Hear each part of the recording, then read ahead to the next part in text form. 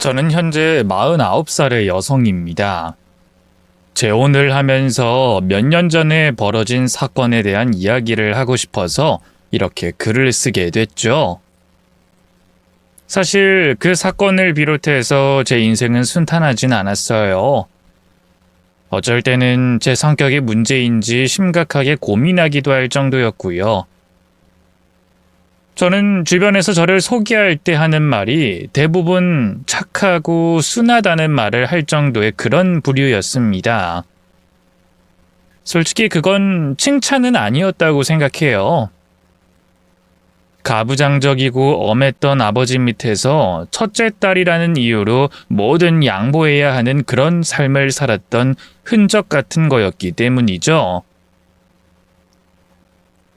토달지 마라, 언성 높이지 마라, 나대지 마라, 여자답게 굴어라. 아버지가 제게 늘 강조하던 거였습니다.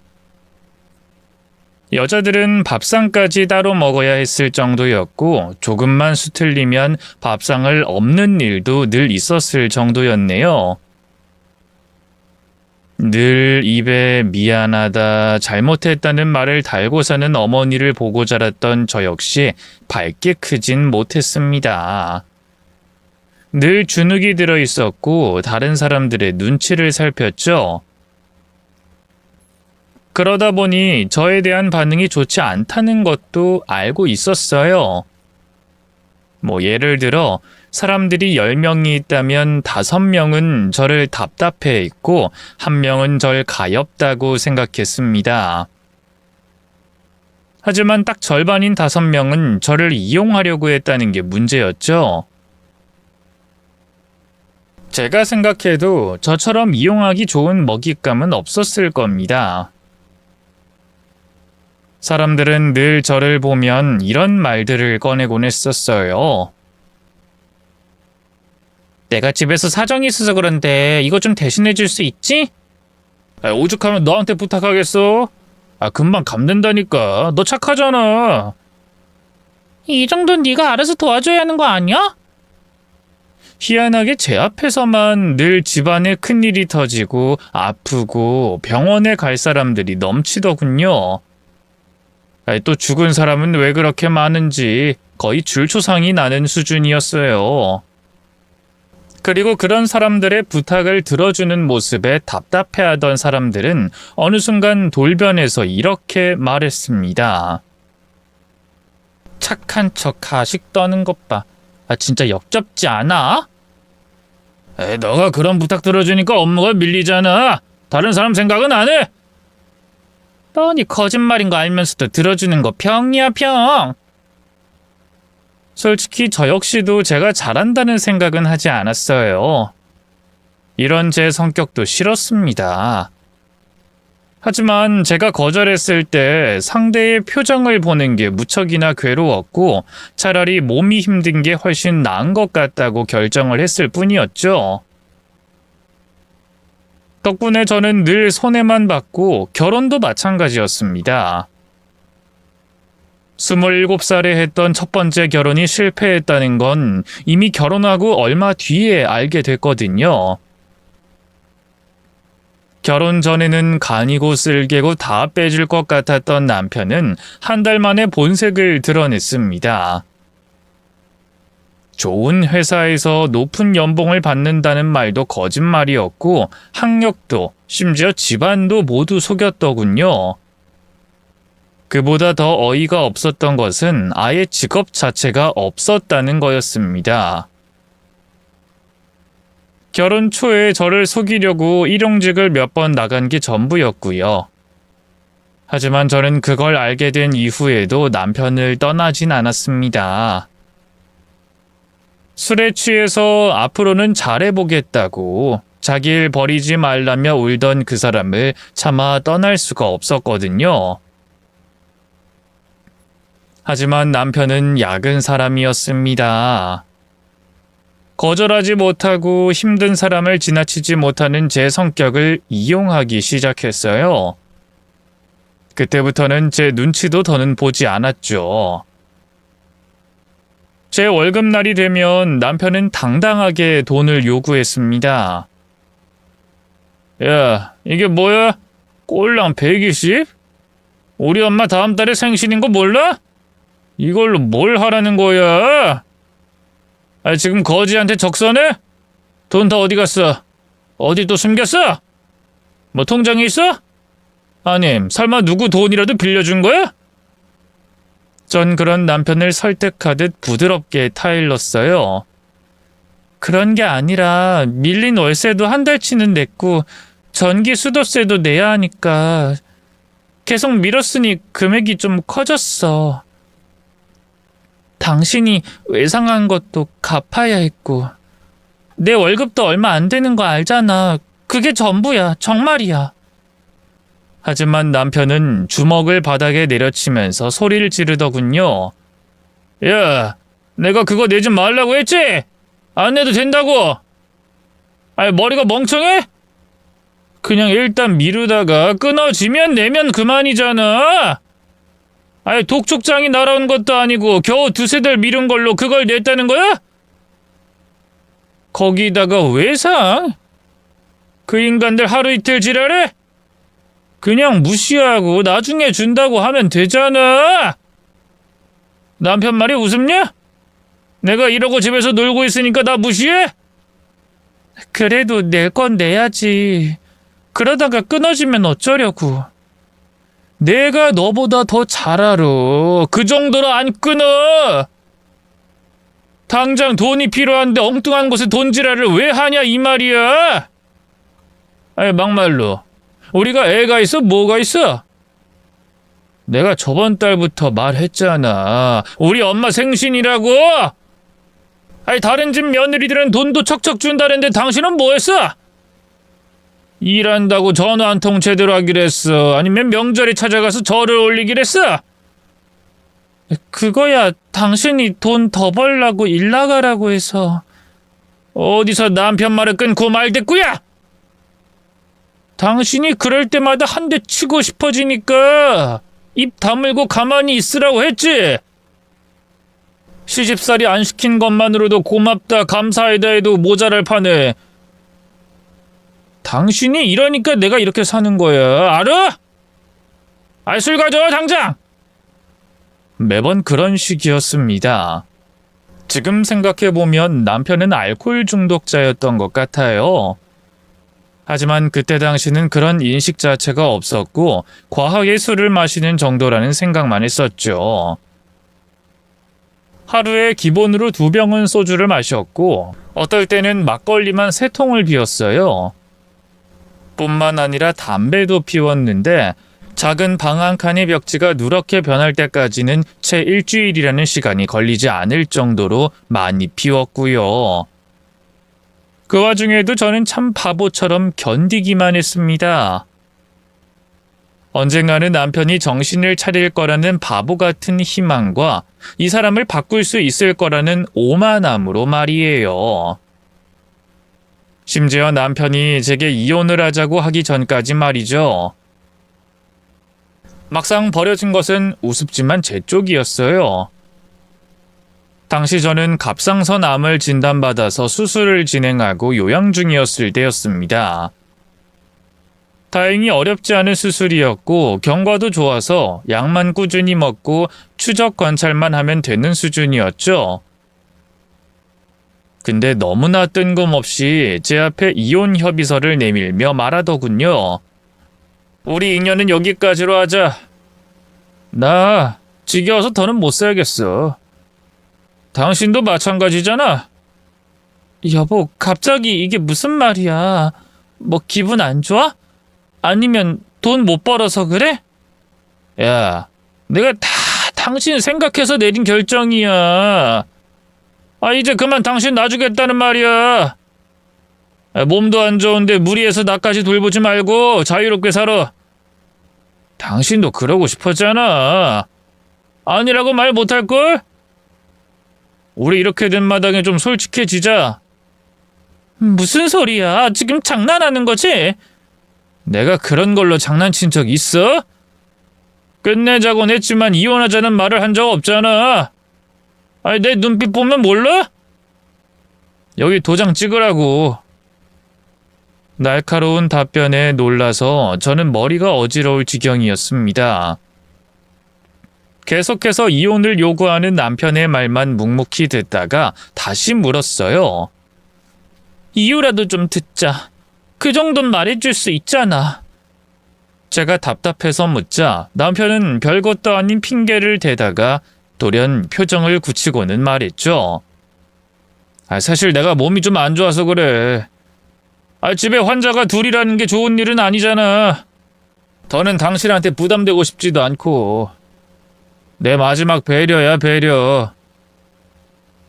남편은 병원에서 검사를 했는데 신장이 안 좋아서 투석을 받아야 될 수도 있고 이식까지 갈 가능성에 대해서 말하면서 제게 다시 이혼을 요구했어요. 하지만 저는 그 말에 너무 마음이 아팠고 남편도 저를 생각해주는 사람이었다고 생각했죠. 그래서 저는 오히려 남편을 잡았습니다. 함께 극복을 해보자면서 일단 병원에서 상태를 정확히 확인하자고 했고요. 그런데 계속 이혼만 요구하던 남편이 결국에는 주변에 있던 물건을 바닥에 던지며 소리를 질렀습니다. 야, 너 머리가 어떻게 됐어? 아이씨, 마지막까지 사람 비참하게 착한 척하네. 너 진짜 적당히 해라, 적당히. 아픈 거 거짓말이야. 됐냐? 저는 제 귀를 의심하면서 되물었어요. 지금 뭐라고 했어? 거짓말? 아프지 않다는 말이야? 그래. 병 걸렸다고 하면 네가 이 집 보증금이라도 남기고 발등에 불 떨어져서 이혼 빨리 해줄 줄 알고 말했어. 됐어? 마지막까지 꼭 너는 날 쓰레기로 만들고 싶냐? 내가 그래서 너랑 사는 게 지옥 같았다는 거야. 너가 그럴 때마다 난 계속 비참해졌어. 차라리 욕을 하고 화를 내던가, 이씨. 이런 말까지 하고 싶진 않았는데 진심으로 너 진짜 어디 모자란 거 아니야? 여보, 이참에 더 솔직해져 볼까? 사실 나 다른 여자 생겼어. 그 여자 식당 운영하는데 나 거기에서 일도 시작했고 술도 끊고 나도 이제 사람답게 살아보고 싶어서 그래. 솔직히 너랑 살면서 편했거든? 멍청해서 그냥 말만 하면 다 믿어주고 아무리 화를 내도 불쌍한 척만 하면 다시 돌아올 거라는 걸 아니까. 근데 그래서 재미가 없더라. 내가 리모컨이랑 사는 줄 알았어. 채널 돌리듯 내가 보고 싶은 거 보고 끄고 싶으면 끌 수 있는 그런 기계. 점점 더 내 삶이 망가지기만 하고 나만 비참해지고. 자, 이젠 보증금이고 뭐고 이제 노릴 생각도 없으니까 이혼만 해주라. 새 출발하게 좀 도와줘. 깔끔하게 갈라서 달라고. 지금 괜한 소리 하는 거지? 거짓말이지? 정말 아픈 거 아니야? 병원 가. 확인해 보면 될 거 아니야? 그리고 이건 그간 살아온 정을 봐서 하는 소린데 너 그딴 식으로 살잖아? 평생 그렇게 가난하게 살 거고 어디서 쓰레기 같은 놈만 골라서 살게 될 거야. 나도 나지만 넌 진짜 구제불능이야. 저한테 끝까지 저주를 하던 남편이었지만 그럼에도 저는 그 사람이 진짜 아플지도 모른다는 생각을 떨치지 못했어요. 남편은 제게 막말을 하면서도 눈치를 살피던 사람이었고 뉴스에서 이혼 이야기만 나오면 혀를 차던 사람이었습니다. 거기다가 시아버지가 일찍 돌아가셨는데 간암이었었거든요. 혹시 정말로 안 좋은 병에 걸렸을까봐 저는 이혼을 해주지 않았어요. 하지만 제 상상은 보기 좋게 빗나가 버렸습니다. 실제로 남편은 결혼을 약속한 사람이 있더군요. 더구나 시어머니까지 나서서 저를 설득하기 시작했죠. 너한테 면목 없고 양심에 찔리는 거 물론 있다. 나도 사람인데 안 그렇겠니? 다달이 용돈까지 다 쓰면서 싫은 내색 한 번 없던 너한테 죄 짓는 거라는 거 우리 아들도 알아. 처음엔 나도 조광지쳐 버리는 거 아니라고 우리 아들 등짝도 때리고 해봤어. 근데 봐라. 너랑 헤어지고 다른 여자 만나기 시작하니까 애가 달라지잖니. 이제 술도 줄였고 입에 달고 살던 담배는 아예 끊었다.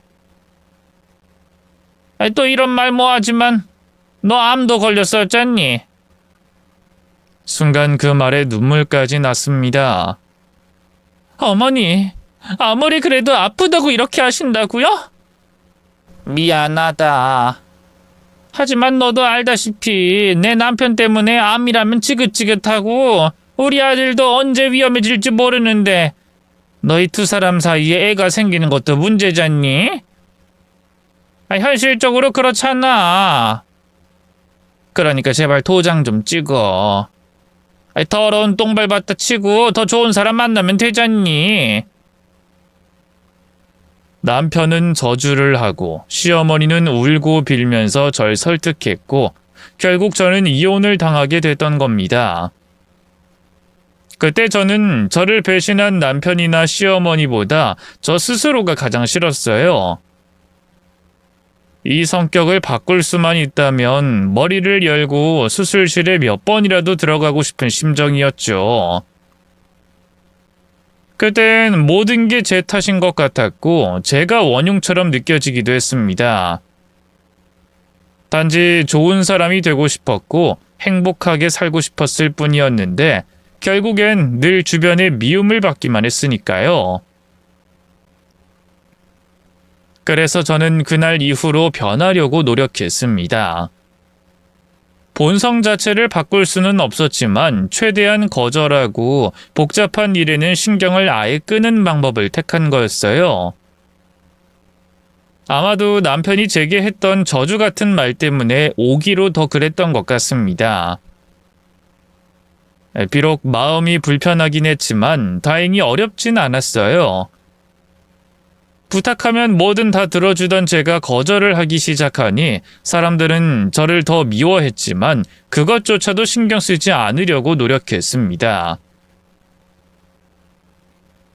헌데 신기하게도 조금씩 변화가 생기더군요.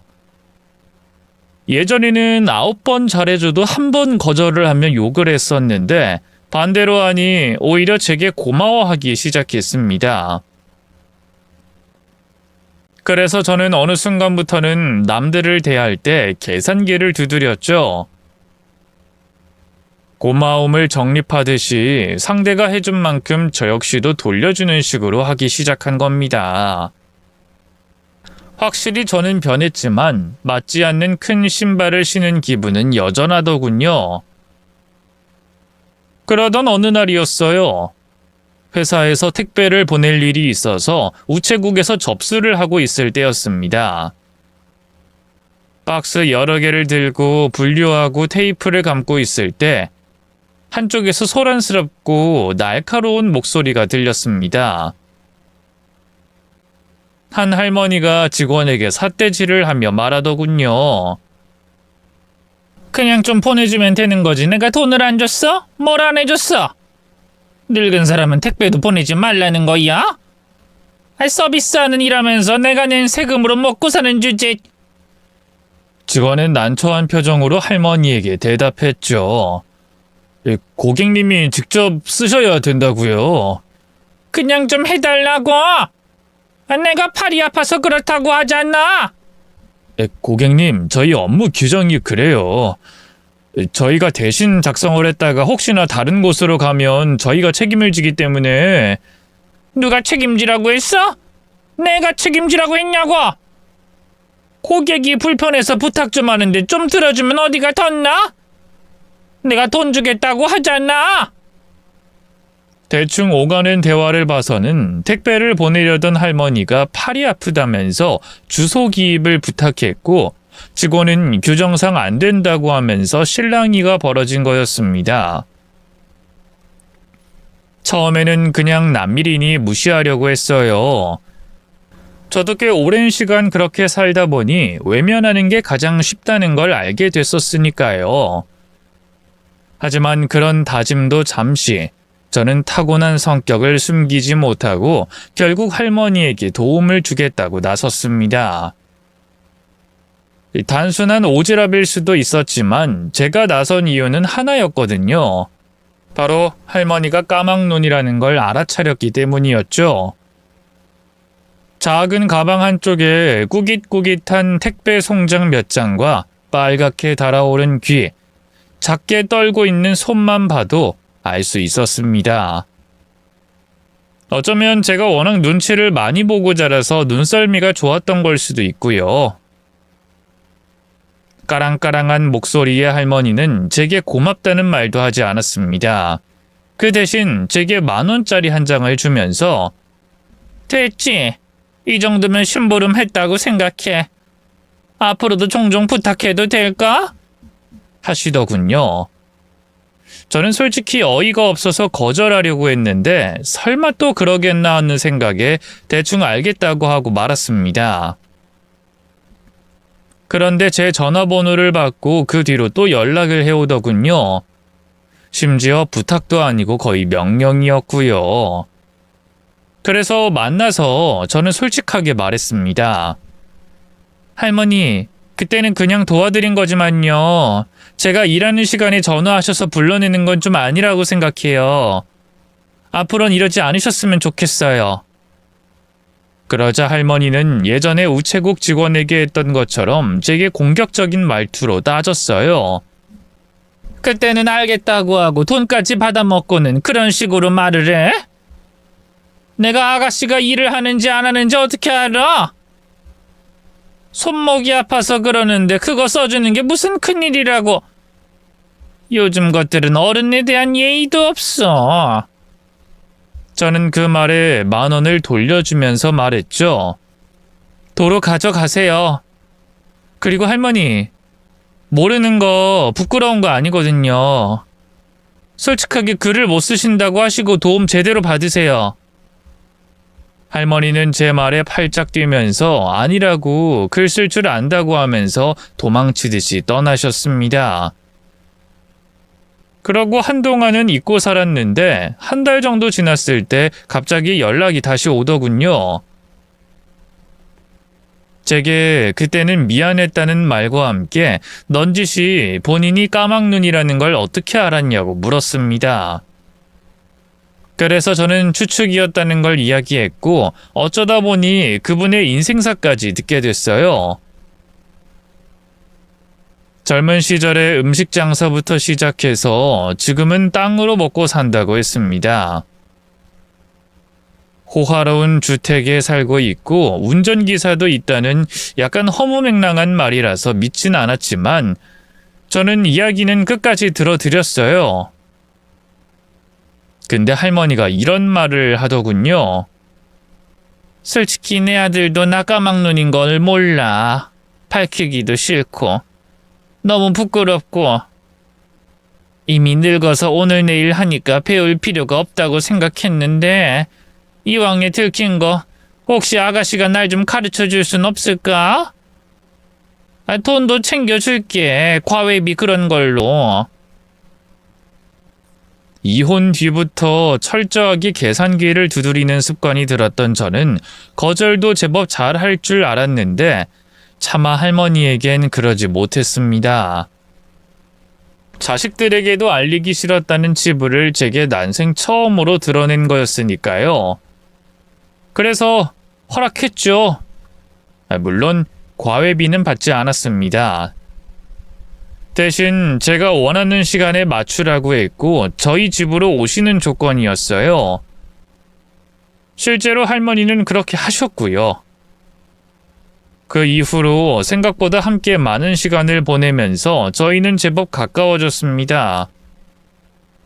뭐라고 꼬집어서 설명하긴 힘든데 할머니랑 있으면 편했어요. 말은 거칠고 투박해도 저를 이용하려는 것도 없었고 저희 부모님처럼 여자는 일해야 한다. 그런 말은 절대로 하지 않으셨기 때문입니다. 거침없고 당당하고 강단 있는 분이었죠. 그래서인지 할머니 앞에서는 일부러 거절하고 단칼에 잘라냈던 만들어진 모습이 아닌 온전한 제 모습을 드러낼 수 있었고요. 그러던 어느 날 할머니와 제 이혼 이야기를 하다가 이런 이야기를 꺼내셨죠. 사람들이 그런 말 하지? 잘생긴 남자는 얼굴값 한다고. 지금 와서 하는 말인데 내가 소시적인 인기가 많았어. 뭐 지금이야 반은 사라졌지만 가슴도 크고 얼굴도 나쁘지 않았으니까. 연애는 잘했지. 근데 결혼은 신중하게 고르고 골라서 지금의 남편을 만났고 얼굴도 그냥 그렇지만 부지런하고 책임감 있어서 나는 안 굶기겠다 이렇게 생각하고 결혼한 거야. 저는 고개를 끄덕이면서 할머니에게 이혼이라는 단어와 결혼이란 단어를 쓰게 하며 덤덤하게 물었어요. 아, 그럼 저한테도 그런 남자 만나라고 조언해 주시는 거예요? 어딜? 지금 후회하는 건 하나야. 얼굴값이라도 하는 놈을 만났어야 했다는 거. 넙대대한 놈 만나서 첩까지 몰래 들인 걸 생각하면 내가 오장육부가 뒤틀려. 첩이요? 요즘에도 그런 게 있나? 있지. 내 주변의 회장, 부회장 단놈들은 꼭 여자 하나는 끼고 있더라. 예전 말이 첩이지 지금은 그냥 애인 그런 거지. 어찌나 여우 같은지 내 앞에서는 착한 척, 순진한 척 하는 걸 보면 어제 먹은 계란도 토해서 던지고 싶을 정도야. 그년 딸도 마찬가지고. 딸까지 있어요? 할머니 많이 힘드시진 않으세요? 힘들지. 당연히 힘들지. 옛말 틀린 말 하나 없다더니 이왕이면 다옹치마라는 말이 딱이야. 잘생긴 놈이 그랬으면 얼굴값이라고 생각하고 살지. 오징어 같은 놈이 밖에서 딸까지 달고 들어오니까 화가 도통 풀리지를 않더라고. 아이, 잘생겼어 봐. 화가 머리끝까지 나도 얼굴 보면 잠깐이라도 기분이라도 좋을 거 아니야. 그러니까 아가씨는 꼭 잘생긴 사람 만나서 재혼해. 알았어? 이게 다 피가 되고 살이 되는 말이야. 순간 웃음이 터질 뻔한 걸 겨우 참았는데 할머니가 공책에다가 망할 놈, 오징어라고 적은 걸 보고는 결국 배를 잡고 웃었습니다. 할머니도 함께 웃다가 갑자기 진지하게 묻더군요. 내 아들은 어때? 꽤 잘생겼어. 일이 바쁘다고 여자를 도통 만나지도 않아서 아직 혼자야. 지 애비한테 배신감을 느꼈는지 여자를 꺼려하기도 하고. 아이, 근데 솔직한 말로 얼굴을 뜯어먹을 순 없긴 해. 눈이 지 아빠를 닮아서. 그래도 나머지는 날 닮아 그런가? 다리도 길고 팔도 길어. 훤칠해. 데리고 다니면 부끄럽지 않을 정도는 된다 이거지. 네? 아이, 그래도 아드님은 초혼이잖아요. 제가 무슨 그런 자리에 들어가요. 요즘 세상에 초혼이고 뭐고 어딨어. 아이, 그리고 내가 좋다는데. 그리고 계속 그렇게 혼자 살면 나중에 외로워서 후회해? 내가 소개해준다고 했을 때 못 이기는 척 시집가. 네, 생각해 볼게요. 그저 빈말이라고 생각했고 별뜻 없이 대답한 건데 제가 그 말을 하고 바로 다음 날 어색한 표정으로 할머니 손에 남자가 끌려왔습니다. 너무 당황스럽고 생각하지도 못했던 일이었는데 그분도 당황하긴 마찬가지였어요. 하지만 그보다 더 놀라운 것은 그간 할머니가 했던 말들이 모두 사실이었다는 겁니다. 음식 장사부터 시작해서 돈을 모아 땅을 샀고 다시 그 위에 건물을 지어 올려서 팔며 건축업까지 겸하게 됐다고 하더군요. 그럼에도 사업보다는 땅을 많이 가진 게 더 유명해서 아는 사람들은 남자를 성북구 회장님이라고 부른다고 했습니다. 할머니의 평소 돈 씀씀이를 보면 형편이 여유가 있다는 생각은 했지만 진짜로 모든 말이 사실이라는 걸 인정하는 것에는 시간이 걸렸습니다. 아무래도 그런 사람이 제게 한글을 배운다는 것이 믿기지 않았기 때문이었어요. 거기다 이혼 경력까지 있는 제게 그런 아들을 소개해 주려는 것도 이상했고요. 하지만 결국엔 사실이라는 걸 인정해야 했습니다. 거짓말이라고 하기에는 엄청난 사람들이 동원되어야만 가능했거든요. 눈이 돌 정도로 비싼 외제차에 기사가 문을 열어주는 차를 타고 고급 레스토랑에 갔는데 사람이 하나도 없어 물어보니 그곳을 통째로 빌렸다고 했습니다. 더구나 그곳 지배인과 요리사가 직접 나와서 인사까지 하고 들어갔고요. 솔직히 너무 비현실적이라서 사기가 아닐까 생각도 들었지만 돈도 없는 저한테 이럴 필요도 이유도 없다는 걸 모르지 않았기에 더는 의심하지 않았습니다. 근데 그것보다 놀라운 건 할머니의 아들이 제게 관심을 보였다는 거였어요. 둘이 이야기를 하라면서 떠나버린 할머니의 빈자리를 보면서 어색해서 죽을 것 같았는데 그분이 말씀하셨습니다. 덕분에 저희 어머니가 많이 밝아지셨어요. 감사합니다. 저는 어색하게 웃으면서 아니요, 저도 좋았어요. 하고 대충 대답했죠. 사실 저 몰랐거든요. 저희 어머니가 글을 읽지 못하는 거. 바로 어제 알았어요. 아들인데 일에 미쳐서 어머니 그런 것도 눈치채지 못한 게 너무 부끄럽더라고요. 이제라도 아셨다면 괜찮지 않을까요? 그렇죠.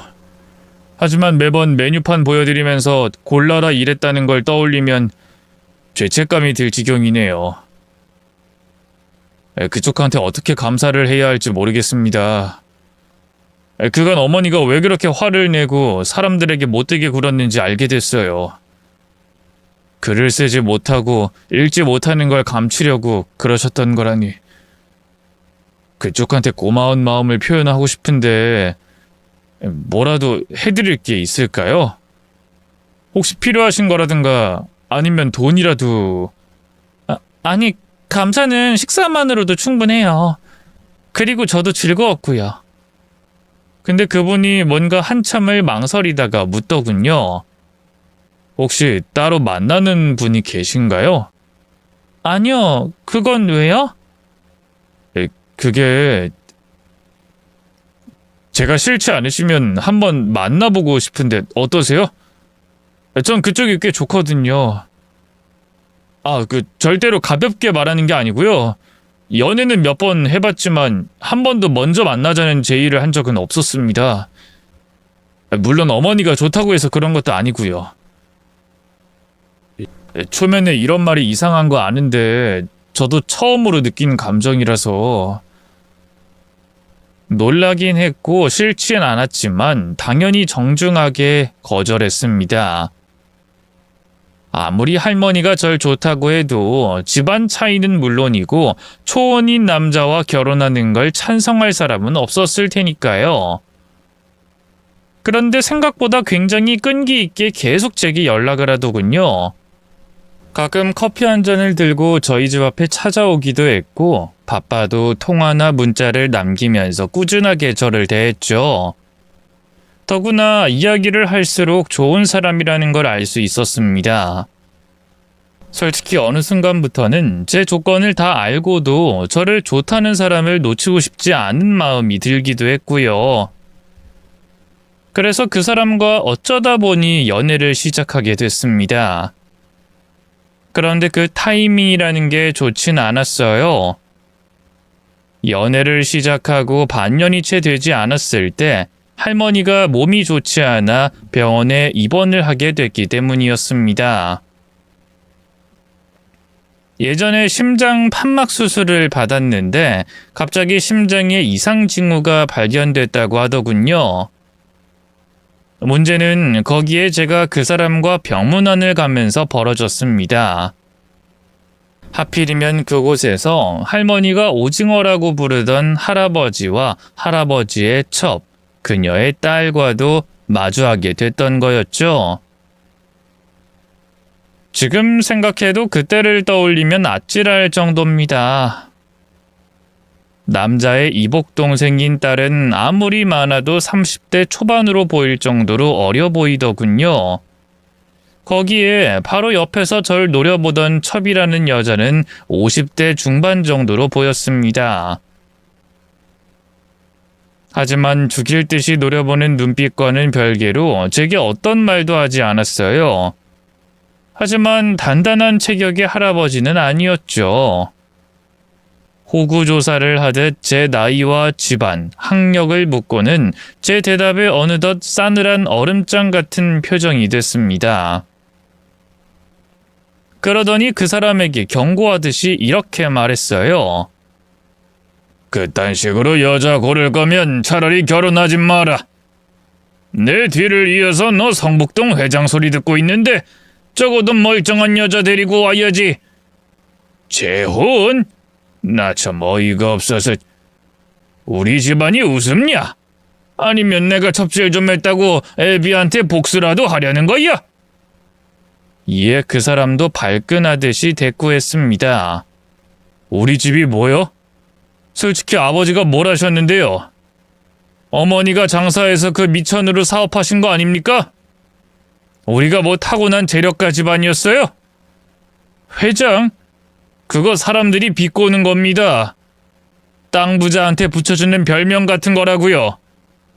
진짜 대기업 회장인 줄 아세요? 우린 그냥 운이 좋았던 거고 자본이 받쳐주니까 건실한 사업체 운영하는 대표가 될 수 있었죠. 물론 우리 정도면 확실히 잘 사는 것도 맞아요. 하지만 정확히는 어머니가 땅 보는 능력이 있었던 거죠. 이제 와서 아버지가 다 이룬 척 고귀한 핏줄인 척 하지 마세요. 뭐야? 이놈이... 너 허튼소리 하지 말고 저거랑 당장 끝내. 헤어지라고. 아직 제대로 시작도 안 했는데 뭘 끝내요? 저 이 사람이랑 진지하게 결혼까지 생각하고 있습니다. 헤어지고 말고는 제가 결정해요.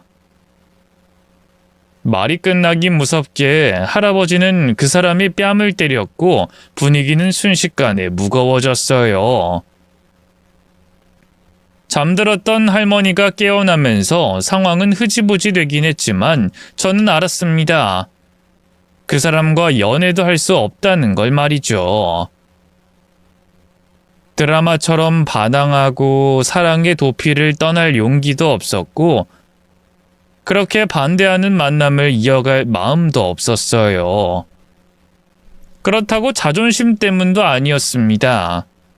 그저 남한테 피해를 끼치기 극도로 싫어하는 제 본성이 도망치라고 경고를 하는 것 같았죠. 거기에 더해 얼마 뒤에 할머니까지 돌아가시게 되면서 저희는 자연스럽게 멀어지게 됐습니다. 물론 그 사람이 몇 번이나 절 잡았지만 저는 완전히 마음을 닫아버렸어요. 한 번의 결혼 실패는 제 마음에 큰 상처를 냈고 2번이나 불행한 만남이나 결혼을 하고 싶지 않았습니다. 힘들긴 했지만 그저 한여름밤의 꿈처럼 너무나 짧은 만남이라 생각하고 잊으려고 노력했네요. 헌데 뜻밖의 일이 벌어지게 됐어요. 바로 그 첩이 저를 찾아온 겁니다.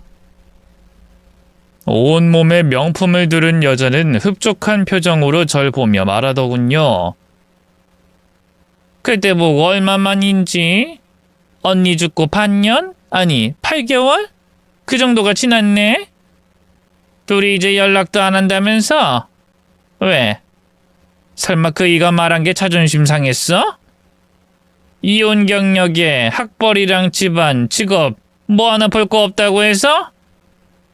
근데 사실이긴 하잖아. 뭘 그런 걸로 헤어지니? 아 맞다. 나 이제 정식 부인이야. 언니가 나 욕 많이 했을 테니 알지? 나더러 첩이라고 해? 아니면 뭐 첩년? 뭐든 상관없지만 정식 부인이니까 내 말 무시하지 않았으면 좋겠다고.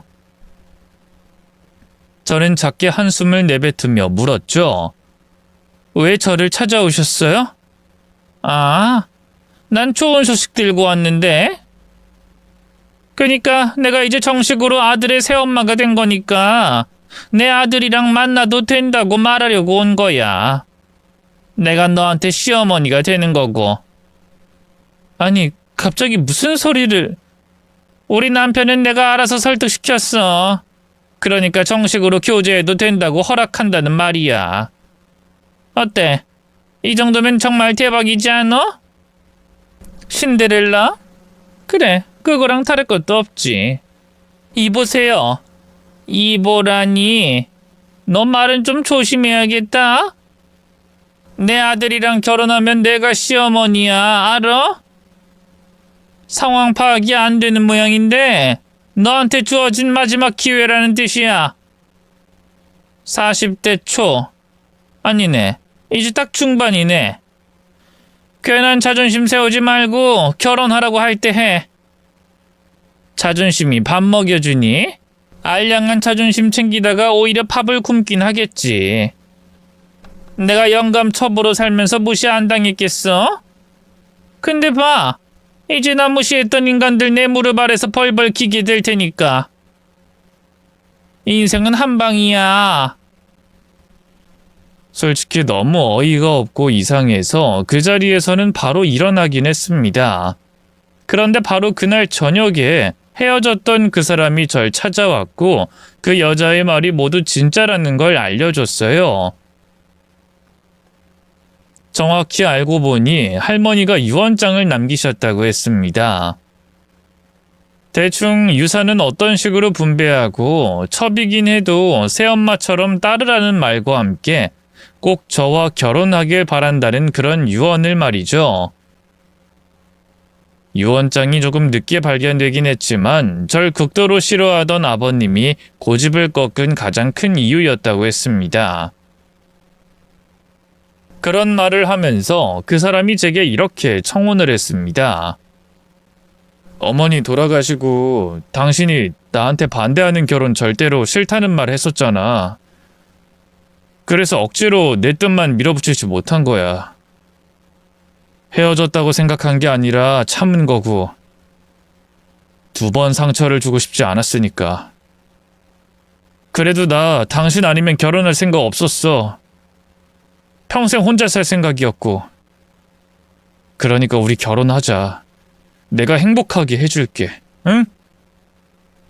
저는 당연히 그러겠다고 대답했고 우린 정식으로 결혼을 준비하게 됐어요. 아무래도 반대가 없으니 순조로운 결혼이긴 했습니다. 예비 시어머니 역시도 툭툭 쏘긴 해도 적극적으로 결혼을 밀어주려는 분위기였고 남편의 이복 동생도 제게 언니하며 잘 따랐어요. 이미 일찍 결혼해서 아들이 하나 있었기에 결혼에 대한 조언도 잘 해줬습니다. 오히려 할머니에게 들었던 것과는 너무나 달라서 이질감이 느껴질 정도였죠. 분명 할머니는 첩이었던 여자는 연기를 잘하는 가식적인 여자라고 했고 그녀의 딸 역시도 마찬가지라고 했었는데 막상 실제로 너무나 달랐거든요. 생각해보면 할머니 입장에서는 첩이든 그 딸이든 뭐든 안 좋게 보일 수 있겠다고 생각하고 말았죠.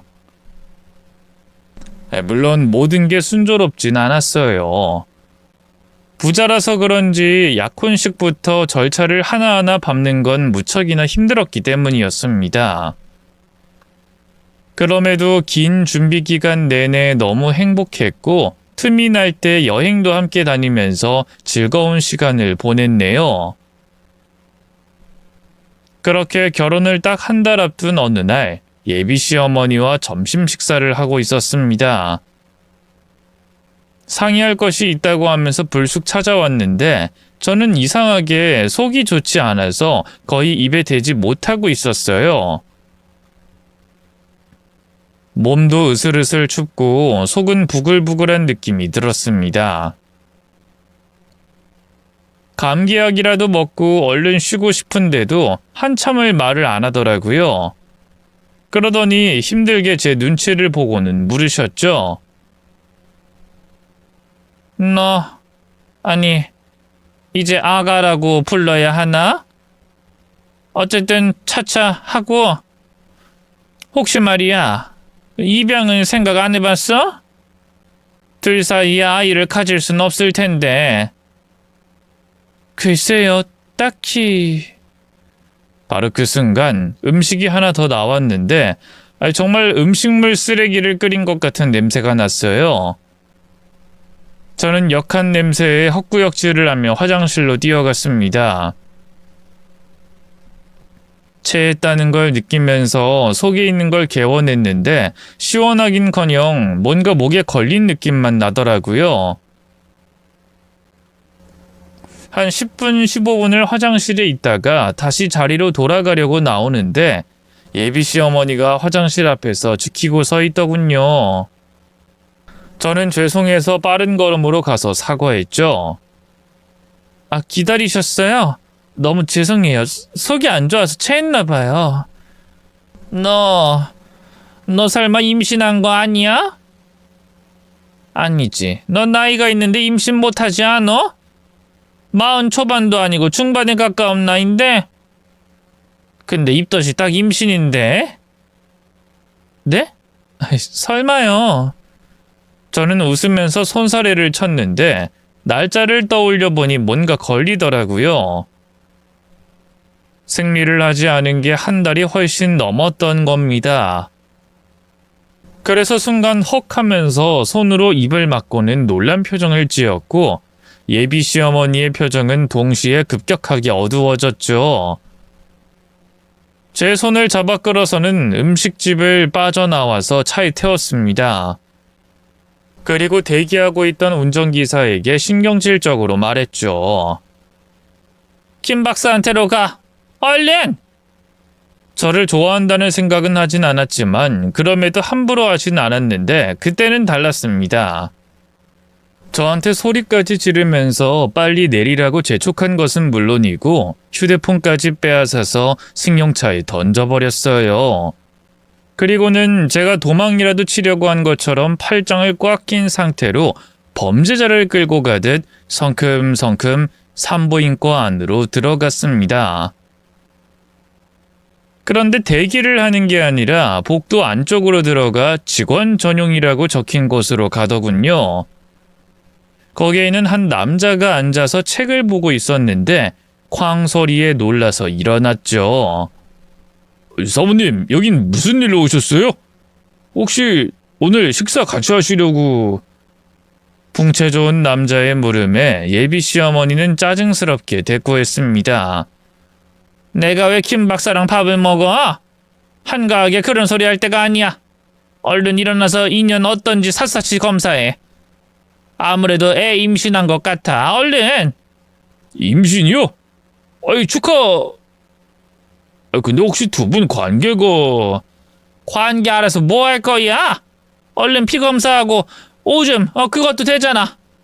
아니다, 초음파. 그게 확실하지. 그건 날짜가 돼야 되는 건가? 아이, 너무 오래전이라서 가물가물하네. 얼른 뭐든 해. 최대한 빨리 확인해야 하니까 지금 당장 해. 정확히 결과 나오는 거 하나만 하자. 어? 김 박사라는 사람은 난처한 표정으로 망설이더니 본래는 소변 검사를 먼저 진행하긴 하지만 혈액 검사가 더 정확하다면서 그걸로 하자고 하시더군요. 결과는 최대한 빨리 해보겠다며 제게 체열을 하겠다고 했습니다. 근데 돌아가는 분위기가 뭔가 좋지 않아서 저는 뜸을 들였고 예비 시어머니는 그런 제 등을 밀면서 억지로 앉게 했습니다. 저는 피를 뽑으면서도 뭔가 잘못됐다는 생각에 심장이 미칠 듯이 뛰었어요. 그런데 피를 뽑은 김 박사가 나가자 제 어깨를 꽉 움켜잡고는 제게 경고를 했습니다. 어디 가서 임신의 임자도 꺼내지 마. 설마 아이 낳을 생각은 아니지? 솔직히 그렇잖아. 노산이면 애가 잘못될 가능성이 커. 장애라도 있다면 어쩔 거야? 그렇잖아, 좋은 말로 할 때 아이 치워. 그렇게 약속하지 않으면 너네 결혼 절대 못해. 알았니? 저는 너무 놀라서 아니 도대체 저한테 왜 이러세요? 그리고 임신이 확실한 것도 아니고 하며 물었죠. 아니면 됐고 그래도 말은 미리 맞춰야지. 뭘 순진한 척 내숭을 떨어. 내가 널 왜 받아줬는데 너 따위 별것도 아닌 년이 이런 부잣집이 가당키나 하니? 설마 40 중반에 애를 가질 줄 내가 알았겠어? 적당히 그냥 연애질이나 하고 부부놀이나 하면서 꿀 빨며 노후나 편안하게 보낼 것이지. 감히 내 딸이랑 손주모까지 빼앗으려고? 애 안 지우면 너 내 며느리로 절대 못 들어와. 알았니? 순간 머릿속을 스치는 것은 식당에서 입양인이 뭐니 했던 말이었습니다. 설마 어머니 아가씨 아들을 저희한테 입양하라고 하려고 계획하신 건가요? 이제 알았니? 이제야 멍청한 머리가 핑핑 돌아? 야, 안 그럼 너 같은 애를 왜 며느리로 들여? 내 말 명심해. 나 아직 어려. 그리고 내 남편은 더 빨리 죽겠지? 그러니까 나랑 더 오래 볼 거 아니야. 그렇지? 그럼 현명하게 생각이라는 걸 해야지. 아무리 그래도 이건 아니죠. 임신이 아니라고 해도 입양을 한다는 걸 어떻게 마음대로 해요? 그리고 아가씨가 허락할 리도 없고요. 걔 이혼도 준비하고 있어. 너희 결혼하면 바로 이혼해서 애 맡길 계획이었고. 너 따위가 뭘 안다고 내 딸에 대해서 함부로 짓거려? 그저 저 영감탱이 눈에 들려고 아등바등 살았던 게 내 불쌍한 딸이야. 유언장에 버젓이 내 딸한테 사업 물려주라고 써줬는데 지 조광지처럼 낳은 아들한테 물려준 답답한 영감 때문에 돌아버리겠는데 친손주? 미치지 않고서야 내가 널 왜 들여? 임신인 거 확인되면 이참에 지우자. 너 내 아들 사랑하잖아. 그 정도는 해야지. 어머니! 누가 네 어머니야? 애 안 지우면 내가 너 평생 괴롭힐 거라니까? 대신 지우면 그땐 어머님이고 엄마고 다 해줄게. 어때? 그리고 혹시나 해서 하는 말인데 내가 이런 말 했다고 아무리 말해도 영감은 내 말 안 믿어. 몇십 년을 내가 구워 삶았는데 어디서 굴러온 너 같은 애 말을 듣겠니? 아, 혹시 아들? 아들은 알아봤자 불련 만들기 싫어서 그냥 날 피하는 수준이겠지? 난 눈물 몇 번 흘리면 되는 거고. 그니까 괜한 수고하지 마. 휴대폰도 없으니 녹음도 못하고 여기 너 도울 사람 아무도 없어. 알았니? 얌전히 내 말 듣자, 응? 그렇게 몇 분을 더 저를 협박하고 회유하려고 하더니 김 박사가 검사 결과지를 들고 들어서자 입을 꾹 다물었습니다. 근데 나갔을 때와는 다르게 자리에 앉더니 하얗게 질린 것 같은 표정이었어요. 그리고는 검사 결과지를 시어머니에게 건네며 설명했습니다. 혈액 검사 결과로는 임신이 확인이 됩니다. 혈중 HCG 수치가 30이 나왔네요. 수치만 확인하면 임신 초기인 것 같고 일주일 뒤에 초음파로 아기집이 있는지 정확히 확인을 하면. 하지만 바로 그 순간 예비 시어머니가 끼어들어 말했죠. 지워주세요. 초기면 약? 그 약으로도 지울 수 있죠? 처방해봐요. 아니면 수술을 해서라도 당장 지워줘요. 애가 노산인데 애가 잘못될 수도 있고 난 절대로 그 꼴은 못 보거든요. 사모님 너무 성급하게. 이미 의논 끝났다고? 김 박사는 내가 누군지 몰라? 왜? 첩이라고 무시해? 노망나 뒤진 할망구만 사모님 취급하고 어려워하는 거야? 왜 내 말에 바로 즉답을 안 해? 이미 이야기 끝냈다고 하잖아. 뭐가 문제야? 당장 진행시키라고, 당장! 그런데 바로 그 순간 문이 활짝 열렸고 거기 제 예비 남편과 시아버지가 서 있었습니다. 얼굴은 터질 것처럼 붉게 달아올라 있었고 이마에는 핏줄까지 환하게 보였죠. 뒤늦게 뒤를 돌아본 시어머니는 거의 놀라서 발작하듯 몸을 떨었어요. 그리고는 표정을 애써 숨기면서 아무 일도 아닌 것처럼 태연하게 말을 걸었죠. 여보, 당신이 여기를 어떻게 왔어? 김 박사가 연락 줬어? 아니면 박 기사? 난 결혼 전에 요즘 산부인과 와서 검사하고 그런다기에 우리 며느님이랑 온 거야. 당신이 왜 여길 와? 며느리 부끄럽게. 얼른 돌아가. 내가 알아서 검사하고 가면 되니까. 어? 근데 예비 시아버지는 아무 말도 하지 않고 저와 시어머니를 번갈아 보다가 시어머니의 뺨을 손바닥으로 내리쳤습니다. 그랬더니 놀란 시어머니는 상황을 파악하려는 듯 눈을 굴리다가 바닥에 바짝 엎드렸어요. 그리고는 두 손을 머리 위로 들고 빌기 시작했습니다. 오해야. 당신이 무슨 말을 들었는지 모르겠지만 진짜야. 정말 오해야. 설마 내가 애를 지우려고 하는 부분 들은 거야? 그거 사실은 얘가 다른 남자애를 임신한 거야. 그만해! 당신 목소리 대기실까지 다 들렸어. 그리고 나 오늘 김 박사랑 식사 약속이 있었고 처음부터 들었다는 말이야. 그때서야 모든 게 이해가 되더군요. 그래서 애초에 김 박사가 예비 시어머니를 보자마자 식사를 같이 하기로 한 거냐고 물었던 겁니다. 시어머니는 그것도 모르고 단순한 인사인 줄 알고 무시한 거였고요. 거기다 피검사를 하고 들어왔을 때 하얗게 질린 이유도 바로 문 앞에 서 있던 제 남편과 시아버지를 봤기 때문이었겠죠. 남편 역시 결혼 소식을 전하러 시아버지와 함께 병원에 찾아왔다가 모든 이야기를 듣게 된 거였습니다. 나중에 정확히 말을 맞춰보니 거의 초반부터 모든 이야기를 들었더군요. 아이를 지우라고 종용한 것부터 입양을 시키겠다는 계획까지 말입니다.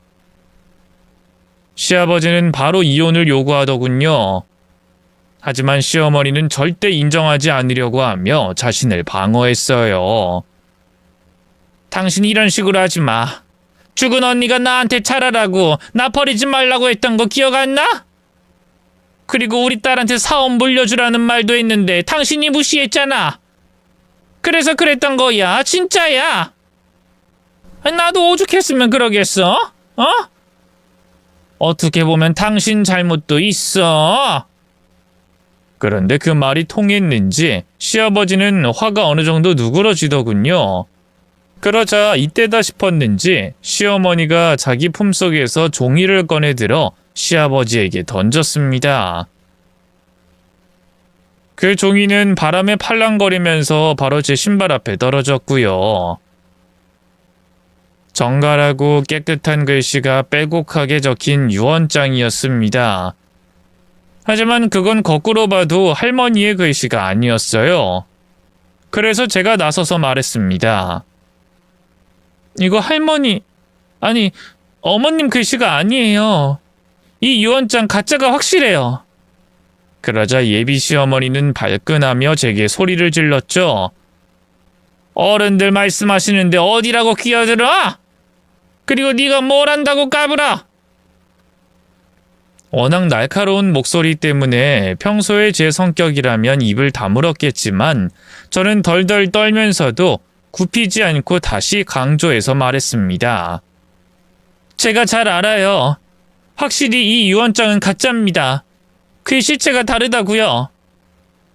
야, 글씨체? 어이가 없네. 애초에 무식한 할망구라서 글씨도 쓸 줄 모른. 순간 정적이 흘렀습니다.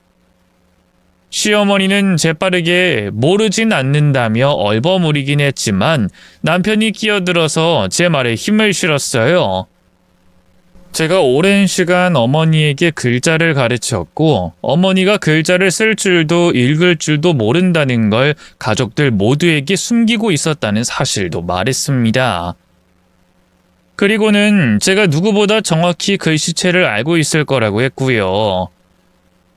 하지만 시아버지는 정작 그 사실을 믿으려고 하지 않았고 제게 증거를 요구했습니다. 때문에 저는 생전에 할머니와 주고받았던 글씨를 찍었던 사진을 보여드렸죠. 예전에 저와 웃으면서 썼던 오징어라는 그 글씨였는데 너무 귀여워서 찍어둔 게 있었거든요. 이에 예비 시어머니는 글씨체를 판독하든가 해야 한다고 소리를 쳤지만 애초에 그럴 필요가 없었습니다. 왜냐하면 할머니의 글씨 수준이 초등학교 저학년 수준이었기 때문이었어요. 전문가가 아닌 어린아이가 봐도 유언장의 글씨와는 너무나 달랐죠. 그걸 확인한 시아버지는 배신감에 몸까지 떨었습니다. 당신 나한테 이거 발견했다고 들고 왔지? 가짜였어? 가짜야? 그랬더니 시어머니는 아무 말도 못하고 엎드려서 빌기만 하더군요. 그 모습에 시아버지는 바닥에 주저앉았고 그렇게 오랜 세월 동안 까막눈이라는 걸 숨기고 살았어야 할 자신의 본처에게 미안하다며 울면서 사죄했어요. 그저 날이 갈수록 고약하게 구는 줄 알았는데 어째서 이런 걸 숨겼어? 난 그것도 모르고 얼마나 그 사람을 미워했는지. 내가 미쳤지, 내가 미쳤어. 내가 죽어서도 그 사람을 무슨 낯으로 보겠니? 평생을 산 남편인데 그걸 모르다니. 미안해서 어쩜 좋아 내가. 그 일이 있고 약 한 달 후 저와 남편은 예정대로 결혼은 했습니다. 하지만 혼주 자리에 시어머니의 자리는 비어 있었어요. 그 전에 이미 이혼 소송을 준비하고 있었기 때문이었죠. 시아버지는 딸에게도 가차 없었습니다. 알고 보니 유언장을 조작할 때 썼던 글씨가 바로 시누이 것이었기 때문이었죠. 애초에 할머니가 까막눈이라는 걸 눈치채고 글씨체를 대조할 일이 없을 거라고 판단한 두 사람이 저지른 계획적인 범죄였던 겁니다. 물론 그래도 가족이기에 형사적인 부분은 넘어갔어요. 대신 이혼 소송은 꽤 길었는데 거의 1년 가까이 걸렸지만 시아버지에게 최대한 유리한 방향으로 정리됐고요. 그렇게 시간이 흐른 현재 저와 남편은 꽤나 행복하게 잘 살고 있습니다. 예쁜 딸도 건강하게 낳아서 잘 키우고 있고 시아버지도 저희 딸을 무척 예뻐하십니다. 그리고 평생을 할머니에게 속죄하는 마음으로 살겠다는 말을 습관처럼 하세요. 또 한때 결혼을 반대하면서 제게 했던 말들도 무척이나 후회하고 있으십니다. 요즘은 심지어 저한테 복덩이라고 부르실 정도로 저에게도 각별하게 대해주시죠. 그래서 참 행복하다는 생각이 많이 들어요. 착한 척 가식 떨고 남한테 이용이나 당하는 멍청이라는 말을 들으면서도 할머니를 만나고 또 지금의 남편까지도 만났던 것을 보면 제가 살아온 게 나쁘지 않다는 생각이 들어요. 제 오지랖 덕분에 제게는 저 있는 그대로를 사랑해주는 가족을 만들게 됐으니까요. 또 할머니 덕분에 저는 저를 가장 한심하게 생각했던 스스로에게 떳떳한 사람이 될 수 있었습니다. 곧 기일이 다가오는데 오늘따라 더욱 보고 싶네요. 정말 고맙고 감사합니다. 너무 보고 싶어요, 어머니.